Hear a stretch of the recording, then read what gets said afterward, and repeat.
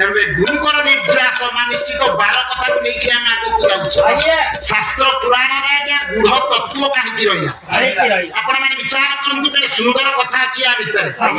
ଆପଣମାନେ କୁହନ୍ତି ଆଜ୍ଞା ମହାତ୍ମା ମାନେ ବିଚାର କରନ୍ତି, ଆପଣମାନଙ୍କୁ ବୁଝାନ୍ତି, ତତ୍ତ୍ୱ ବୁଝିଲେ ଚିତେ ଭାନ୍ତି ଭବସାଗର ତରିଯାନ୍ତି। ତତ୍ତ୍ୱ ଅର୍ଥଟା ଗୋଟିଏ, ସରଳ ଅର୍ଥଟା ଗୋଟିଏ। ଆପଣ କହିବେ ତତ୍ତ୍ୱଟା ଅଲଗା, ସରଳ ହଉ ମାଲ ତେଣୁ ଆଜ୍ଞା ତତ୍ତ୍ୱ ଅର୍ଥଟା ଅଲଗା, ସରଳ ଅର୍ଥଟା ଅଲଗା। ଆପଣ କହିବେ ଅଲଗା କେମିତି? ଆଜ୍ଞା ଯଦି ଆମେ ରାମାୟଣକୁ ଯିବା, ସରମୁନରେ 3ଟା ଗାର ଲକ୍ଷ୍ମଣ କାଟିଲେ ଯେତେବେଳେ ଜାନକୀଙ୍କ ଭତ୍ସନା ଶୁଣିଲେ, ସରମୁନରେ 3ଟା ଗାର ଲକ୍ଷ୍ମଣ କାଟିଲେ। ଆପଣ ପୁରାଣ କହିଛି ତ୍ରିପୁର ବିଜୟୀ ଦଶାନନ, 3 ପୁରକୁ ଜୟ କରିଥିଲେ ରାବଣ। ସରମୁନରେ 3ଟା ଗାର ଲକ୍ଷ୍ମଣ କାଟିଦେଲେ। ଏ ଗାରକୁ ଯିଏ ଦେଇ ପାରିଲେ ନାହିଁ ତ୍ରିପୁର ବିଜୟୀ ଦଶାନନ ହେଲେ କେମିତି? ସେ ଦେଇ ପାରିଲେନି, ତାର ଫାଇଦା ଅଛି ନା, କାହିଁକି ଦେଇଲେନି ସେଟା ବୁଝିବା କଥା ନା। କାହିଁକି ତ୍ରିପୁରା ବିଜୟୀ ରାବଣ ଗାରଟାକୁ ଦେଇ ପାରିଲେ ମତେ ପଚାରନ୍ତୁ। କେତେ ଜଣ ଦେଖନ୍ତୁ କାହିଁକି ନେଇ ପାରିଲେ? ମନେ କରନ୍ତୁ ଲକ୍ଷ୍ମଣ ଗୋଟେ ଗାର ଏଠି ଟାଣିଲେ, ବାମେ ଛାଡ଼ିଦେଲେ, ଡିଷ୍ଟାନ୍ସ ରହିଲା। ଆଉ ଗୋଟାଏ ଗାର ଟାଣିଦେଲେ, ଆଉ ବେମେ ଗଲା। ମନେ କରନ୍ତୁ ରାବଣ ଯେତେବେଳେ ଆସିଲେ ଗୋଟେ ଘୋଡ଼ା ପକେଇବେ, ଡିଷ୍ଟାନ୍ସ ତାଙ୍କ ଗୁଡ଼ ପାଇଲେ, ଗୁଡ଼ଟା ସାଧା କଥା ତ ପଡା ନାହିଁ ଏଥିରେ। ଅହଲ୍ୟା ଦ୍ରୌପଦୀ ତାରା କୁନ୍ତି ମନ୍ଦୋଦରୀ ତଥା ପଞ୍ଚକନ୍ୟା ସ୍ୱରେ ଦ୍ୱିତୀୟ ମହାପାତକ ନାଶନ। ଅହଲ୍ୟା ମା କଣ ଯାଉଛି ନା କଣ? ନା ମା ଆଇବେ, ମା ଯିବେନି। ଇଏ ଯିବା ମା ନୁହେଁ, 24 କ୍ୟାରେଟ୍। ମା ଗଲେ କାହିଁକି? ଏ ମା କାହିଁ ଯାଇନାହାନ୍ତି? ସେ ମା ଯାଇନାହାନ୍ତି, ସେ ମା ଗଲେ କାହିଁକି? ଭାଗ୍ୟମାନ, ସେ ମା ଭାଗ୍ୟମାନ। ଭାଗବତ କାହିଁକି ଗଲେ ଟିକେ କହି ଦଉନାହାନ୍ତି? ମା ତମକୁ କହୁନାହିଁ? ମା ଦେଖ ଯିଏ ଗଲେ ତାଙ୍କୁ ତମେ ତ ଆମର 24 କ୍ୟାରେଟ୍, ଯିଏ ଗଲେ ସ୍ୱଭାବ ନାରୀ ଜନ୍ମ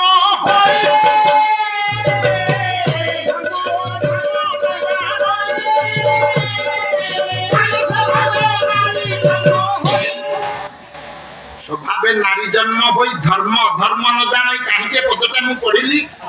ମା କୁଳିଅଣାରେ ପାଲା ହଉଛି, 4-5 ରାତି ପାଇଁ ପାଲା ପାଇଁ ଆମେ ଯାଇଛେ। ପ୍ରଥମ ଦିନ ପରେ ଆମର ଇନ୍ଦ୍ରଜିତ ବଦ୍ଧ ବିଷୟ ହଉଛି। ଇନ୍ଦ୍ରଜିତ ପୁଅଟା ମରିକିରି ଶୋଇଛି। ପାଲା ସମୟରେ ଆଜ୍ଞା ନବରସକୁ ନେଇ ପାଲା, କାରୁଣ୍ୟ ରସ କରିବା ସମୟରେ ଗାୟକ ଆଖିରୁ 2 ଟୋପା ଲୁହ ଯଦି ନ ଝରିବ, ଆପଣମାନଙ୍କୁ ଯେ ସେ କନ୍ଦେଇ ନ ପାରିଲେ 2 ଟୋପା ଲୁହ ଆପଣଙ୍କ ଆଖିରୁ ନ ଝରିଲା, ପାଲା କରିବା ଯଥାର୍ଥ ରହୁନି। ବୀର ରସରେ ଲୋମଟା ଯଦି ଟାଙ୍କୁରି ନ ଉଠିବ, ତାହେଲେ ଆଉ ସେ ପାଲା କରିବାର ଯଥାର୍ଥ ହୁଏ। ତେଣୁ ଆଜ୍ଞା ଇନ୍ଦ୍ରଜିତ ପୁଅଟା ମରିକିରି ଶୋଇଛି, ଆଖିରୁ ଲୁହ ଝରଉଛି। ଟିକେ ଭାବ ଉଦୟ କରିବା ପାଇଁ ମୁଁ ଚେଷ୍ଟା କରୁଛି। ଏହି ସମୟରେ ସଭାଟା ହଲଚଲ ହବ। ମା ମାନଙ୍କ ତରଫରୁ ଗୋଟେ ବିଶୃଙ୍ଖଳା ହେଲା, ଟିକେ ପାଟିତୁଣ୍ଡ ହେଲା। ଗାୟକ ହୋଇ ଯେତେବେଳେ ଗୁରୁଙ୍କର ଆଶୀର୍ବାଦ ଯେତିକି ପଦଟେ କହିକି ସଭାକୁ ଶାନ୍ତ କରିବାକୁ ପଡିବ, ମୁଁ ଆଉ ଏତେ ପଦ ଖୋଜିଲିନି, ଶ୍ଲୋକ ଖୋଜିଲିନି। ସେଇ ଭାଗବତର ପଦଟା ବୋଲିଲେ, ସ୍ୱଭାବେ ନାରୀ ଜନ୍ମ ହୋଇ ଧର୍ମ ଅଧର୍ମ ନ ଜାଣି, ଯେମିତି ପଦଟା ବୋଲୁଛି ସେଦିନ ସଭାଟା ସାଇଲେଣ୍ଟ ହେଇଗଲା। ତହିଁ ପରଦିନ ବସା ଘରେ ବସିଛି, ଜଣେ ବୁଢୀ ମାଉସୀ ଆଜ୍ଞା ଦାଣ୍ଡ ଖଟେଇ ଖଟେଇ ଝଟେଇ ଝଟେଇ ଚାଲିଛନ୍ତି। ମତେ ଏମିତି ତକଉଛନ୍ତି, ଅନଉଛନ୍ତି, ପୁଣି ଝଟେଇକି ଯାଉଛନ୍ତି, ଅନଉଛନ୍ତି। ମୁଁ କହିଲି ଇଏ ଗାୟକ ଭାବେ ଟିକେ ସଂକୋଚ କରୁଛନ୍ତି, କଣ ପଚାରିବେ ବୋଧେ। ମା କଣ କହୁଥିଲେ କି? କାଳେ ମହିଳା କମିଟିର ପାଲା 5 ବର୍ଷ କରି ପାଲା କରି ଆସିଲୁଣି ପୁଅ, କାଲି ଯୋଉ ପଦଟା ଆମ ମା ମାନଙ୍କୁ କହିଲୁ ଆମକୁ ଦାବେଇ ଦେଲୁ ନା। ଆଉ ଏଠି ତ ପାଲା ହବ ନା। ଆମେ ଦୁବାଇ କାଢିକିରି ଆମର କମିଟିରେ ଆମେ କେତେ ପାଲା କରିକିରି ଆଣିଛୁ, ଉତ୍ସବ ହଉଛି। ମା ମାନଙ୍କୁ କାଲି ପଦଟା କହିକିରି ସ୍ୱଭାବେ ନାରୀ ଜନ୍ମ ହୋଇ ଧର୍ମ ଧର୍ମ, ଆମେ ଜାଣିବୁ ଧର୍ମ କଥା ହରି କଥା ଶୁଣିବା ପାଇଁ ତମକୁ ଆଣିଛୁ, ଆଉ ତମେ କହୁଛ ଏଇ କଥା ହେଲା। ଏଇ କଥାଟା ଯେମିତି କହିଛି ଆଜ୍ଞା, ଯଦି ପ୍ରକୃତରେ ଗାଁ କପ ହେଇଥିବୁ ଟିକେ ଟେକିକିରି ଆଜି କହିଦେବୁ ଆମ କହିବୁ ନା। ମୁଁ କହିଲି ହଉ ମା, ମନେ ପଡିଲେ ତମ କଥା ନିଶ୍ଚିତ ମୁଁ କହିବି। ତହିଁ ପରଦିନ ପାଲା ହଉଛି, ମୋର ଆଉ ସେଇ କଥା ମନେ ନାହିଁ। ମୁଁ ବିଷୟବସ୍ତୁରେ ବୁଡି ଯାଇଛି। ଏଇ ସମୟରେ ସେ ବୁଢୀ ମାଉସୀ ପଛରେ ବସିଥିଲେ, ହର୍ଷି ଖର୍ଷି ଆଗକୁ ଆସିକି ମତେ ଅନଉଛନ୍ତି, କେତେବେଳେ ଆମ କଥା ଇଏ କହିବେ। ମୁହଁକୁ ମୋ ଲକ୍ଷ୍ୟ ପଡିଗଲା ଯେତେବେଳେ, ନାଇଁ ମୁଁ କହିଲି ଏତେ, ମୁଁ ତ ବିଷୟବସ୍ତୁ ଗାଇବି, ଏତେ କଥା ଏତେ ଶ୍ଲୋକ ଖୋଜିବି କାହିଁ, ସେଇ ପଦରେ କାମ ବଢେଇ ଦେବି। ମୁଁ ସ୍ୱଭାବେ ନାରୀ ଜନ୍ମ ହୋଇ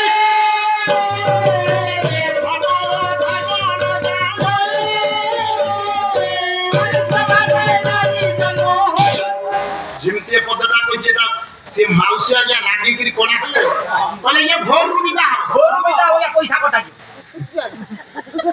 राग पड़ी म जाना दो तई मुगली मा दुख कलती स्वभावे नारी जन्म होई मा धर्म जदि अछि तमरी पाखरे अछि ना अधर्म न जाने जगन्नाथ दास कहते जदि आज्ञा धर्म अच्छी माँ मान पाखे अच्छी जदि सृष्टि रही माँ मान अच्छी नहीं आम धर्म रे हूँ न्याय रे हूँ अन्याय हूँ अर्थ उपार्जन करके आनुचे जिते अतिथि नारायण आज्ञा दान दौर के मुक्त हस्त माँ मैंने दौरान तेणु धर्म जदि अच्छी आज्ञा माँ मान अच्छी माँ छाती तो कोंडे मुठ माँ कला 100 टका नोट करे टांगला कला बापा इनके हेले नहीं पाला काली ना बोला बस तू 4 राती 5 राती पाला तू को एडवांस में आदि देले तेणु माँ जदि धर्म अच्छी न्याय अच्छी माँ मान पाखे अच्छी तुम्हें जदि हरि कथा प्रभु कथा तुम गाँव ठाकुर दरबार पड़ी तुम्हें दीपद जिते समय शुणी पार काली किए कथा थी ना आउ कथा हो तुम्हें टे शुणुव मुझे चलती कथा पड़ी आज्ञा कौन जाइए मामू पैसा नौ कहूनु मंत्र देइथिले जे गुरुदेव मंत्र कहूनु से कथा कहूनु पैसा ने लागु नौ पछरे ढोळू तू तो पैसा नौ तू हाडे हाडे रारा तत्व काई की लुच्ची की रेला हरिया द्रौपदी तारा कुंती मंत्र तोरी तथा पंचकन्या सुने नित्य महापातक नाश हरिया इंद्र हरण कले आज्ञा अभिशप्त हले पाषाण होई की पड़िले द्रौपदी पांच स्वामी की बात ग्रहण कले तारा स्वामी मृत्यु पर देवर दियर को संगा है बाहर से गले महाशक्ति कुंती पुष्प अमर प्रदत्त माला दुर्वासांकर प्रदत्त माला द्वारा संतान जन्म देले नहीं मंदोदरी कथा आपण माने जानि छथि आज्ञा रावण को मृत्यु पर विभीषण को विवाह ये माने महाशक्ति रे मा केमिति गणा हेले शास्त्र पुराण रे मा गुढ़ तत्व सब लुचिकी अच्छी ताकू टिके खोजिबा तेबे काहे कि आमे कहबा ये शास्त्र पुराण रे तत्वटा काहे रहिला साधा सरल भाव लिखि देले आमे सब बुझी जाते केमिति आज्ञा टिके पुराण रो पुराना पृष्ठा को मो लटौछ पुराण जेतबे रचना हि नथिला मा आपण माने जानिचंती पराशरन को उरसरु मत्स्यगंधांक गर्भरु आज्ञा व्यासंकर जन्म तेणुआज्ञा मत्स्यगंधा जितेबले विवाह चलिए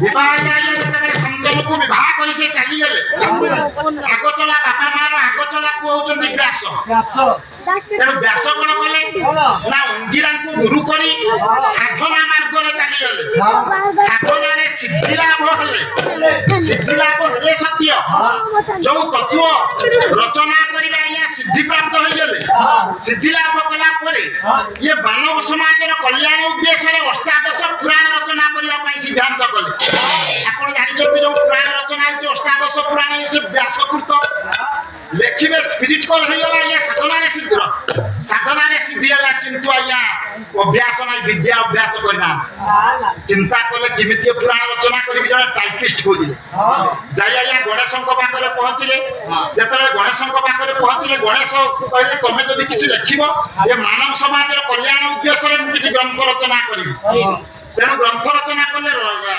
आमर गणेश ये तात्सल्य कले बोले ये बुढ़ा कौन डाकिबे आज्ञा वयस्क मान को जो मान सम्मान दियंती नहीं युवक लोक हेले गणेश बोले तमे कौन डाकिबो मु कौन लिखिबि जदि तमे कहूछ हेला जो तमे डाकुथबो मु लिखुथिबि तम डाकिबाटा जदि बंद हो जाओ मु आउ लिखिबि चिंता कले व्यास तो चिंतार पड़िले मानव समाज रो कल्याण उद्देश्य रे मु ग्रंथ रचना करिबि कोनटा भूल ठीक मु विचार करके डाकिबि गणेश कोन एक प्रकार शर्त रखिले कहले ठीक अछि हेला सुन गणेश मु जोटा डाकिबि तमे लेखियो बुझी कि लेखियो तमे जदि न बुझी कि लेखियो मु डाकिबि हेला लिखिबि ना एई शर्त रे पुराण रचना आलिया चलिला पुराण रचना चलिबा समय रे आज्ञा व्यास डाकुचंती लेखुचंती गणेश व्यास शीघ्र शीघ्र डाकी गले गणेश को बुझिक लेखिया पाई समय गला तेणु स्थान विशेष रे हाय आमा कूट वाक्य प्रयोग करि गले गणेश धरंतु जो कूट वाक्यटा मा भागवत रे हो रामायण रे हो पुराण रे कूट वाक्यटा प्रयोग करि गले गोटिए पद रे ଅନେକ ତତ୍ତ୍ୱ ତା ଭିତରେ ଲୁକାୟିତ ଅବସ୍ଥାରେ ରହିଛି। ଆପଣ କହିବେ କଣ? କଣ ଆଜ୍ଞା? ପୁରାଣ କଥା ତ ଆପଣଙ୍କୁ କହିଲି, ଭାଗବତରୁ ଗୋଟା ଦିଟା ପଦ ଆଣୁଛି। କହିଲେ ଜୀବ ମାରିଣ ଜୀବ ପୁଷେ।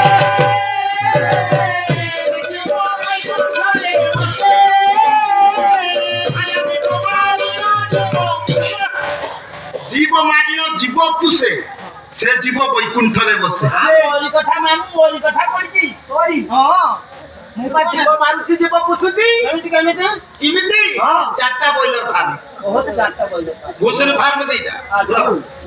ଜୀବ ଆଣିକି ଛାଡୁଛି, ଚିଆଁ କୁକୁଡା ଛାଡୁଛି, ବୋର୍ଡ ହେଲେ ସବୁ ବାହାଘରିଆ ପାଟିକି ଦଉଛି, ସବୁ ବାହାଘରିଆ ପାଟିକି ଦଉଛି। ଆଉ ଜୀବ ମାରୁଛି, ଜୀବ ପୁଷୁଛି, ବୈକୁଣ୍ଠ ପଟକୁ ତ ମୁଇଁ ଯିବି ଆଉ। ହଁ ହଉ, ତୋ ପାଇଁ ଜ୍ଞାନ ଦେଖନ୍ତୁ ମୋ ଜ୍ଞାନ। ଆଉ ଦିଟା କରିବି। ତୋ ପାଇଁ ବୈକୁଣ୍ଠପୁର ଦ୍ୱାରଟା ଖୋଲା ଅଛି। ବାହାଘରିଆ କାଟି ଦଉଛି। ଖାଲି ଏତିକି ନୁହେଁ ରେ। ଶୁଣ ଶୁଣ, କେମିତି ତତ୍ତ୍ୱଟା ଲୁକାୟିତ ଅବସ୍ଥାରେ ରହିଲା। ଗୋଟିଏ ହାଇପେନ୍ ରଖିଲେ ଗଣେଶ କୂଟବାକ୍ୟ ପ୍ରୟୋଗ କଲେ ଗୋଟିଏ ପଦରେ ଅନେକ କଳେବର ହେଇଥାନ୍ତା, ଶାସ୍ତ୍ର ବଢିଥାନ୍ତା। ଆଉ କଣ ଲେଖିଲେ? ଇଏ ପୁଣ୍ୟ କରିବୁ ପୁଣ୍ୟ କାଳେ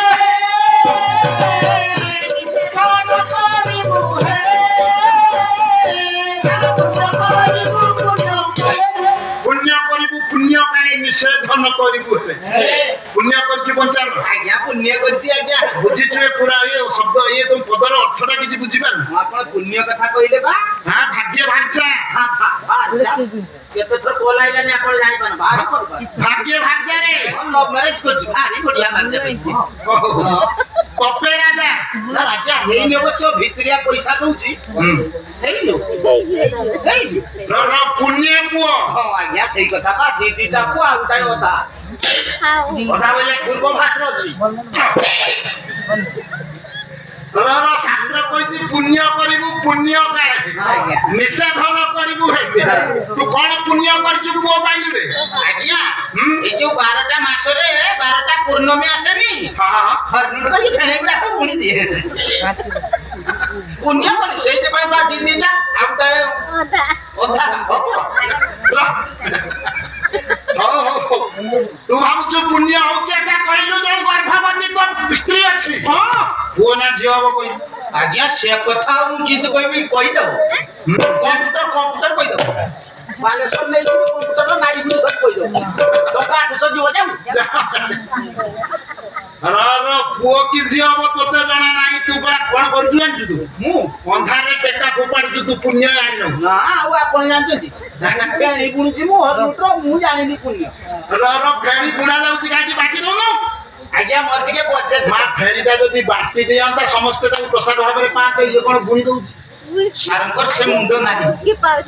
ମୋର ଟିକେ ବଜେଟ କମ। ବଜେଟ କମ ବୋଇଲେ ଫେଣି ମାତ୍ର 250। ଲୋକ କେତେ? 250 300 ଖଣ୍ଡେ ହେଉଛନ୍ତି। ତେଣୁ ତୁ କଣ କରୁଛୁ? ସେଇ ହରଲୁଟ ପଦ ଭିତରେ ସବୁ କାଇଦା କରିକି ବୁଣି ଦଉଛି।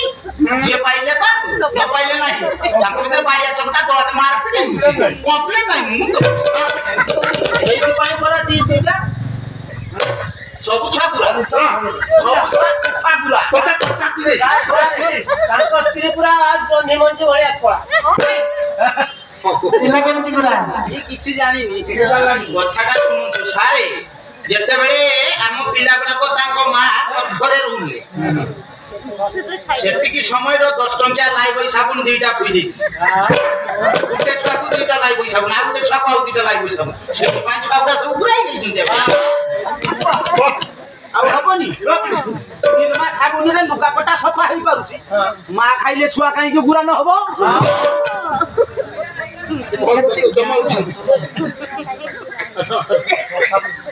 ପୁଣ୍ୟ କରିବୁ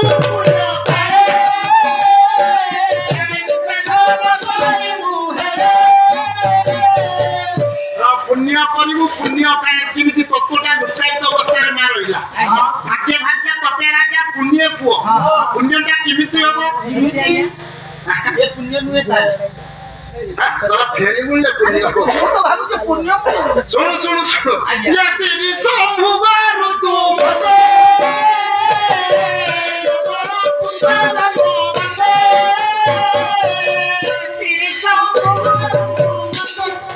ଶମ୍ଭୁଗ ଋତୁ ମତେ କେବଳ ପୁତ୍ର ଜନ୍ମ ଅଟେ ନାଇଁ। ମା ମାନଙ୍କର ଯୋଉ ମାସିକ ଧର୍ମ ହୁଏ, ଆଜ୍ଞା ସମାଜ କିଛି କଣ ଶିଖିବ? ଆମର ଅଲିଖ ବାବୁ ନା ये जो मुख्य आमर ये अखिल बाबू जो अखिल बाबू ये कथा को कहीं चिंताधारा ने एठी गुडा पाला सम्मेलन करिया पई जो त्याग जो परिश्रम अशेष धन्यवाद आम अर्पण करवा कहीं पवित्र चिंताधारा नहीं ना पाला वाला केवल समाज संस्कार मूलक कथा किसी कहब जोटा टीवी वीडियो ना मोबाइल कथा कह नहीं प्रकृत ये कथा को कहे केवल पाला माध्यम शास्त्र पुराण गूढ़ रहस्य समाज संस्कार हम केमिति भाव ये समाज संस्कार हम उत्तम पुआ आपण केमिति पाइबे योग्य सुसंतान के आपण केमिति प्राप्ति हेबे ये कथा को आपण माने निश्चित ये पाला माध्यम यार निर्यास किछि जानिबे तार पुण्य कथा मु कहूची पुण्य करिबु पुण्य काहे नहीं मासिक धर्म जो मां मानकर हला केते बेले यस्ति संभोग ऋतु मते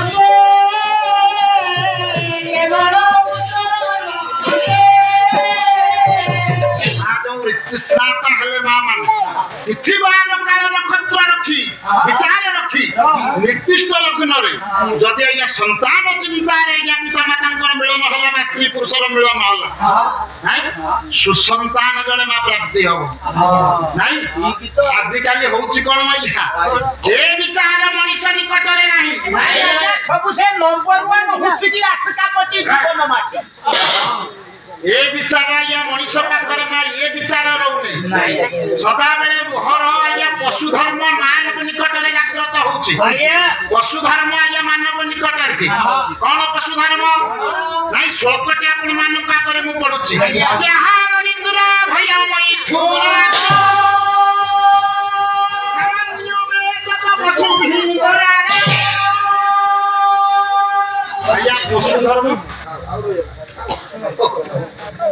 आहार निद्रा भय मैथुन पशुर धर्म कौन ना खाइब शोइब कौन प्रकार सत्संग कर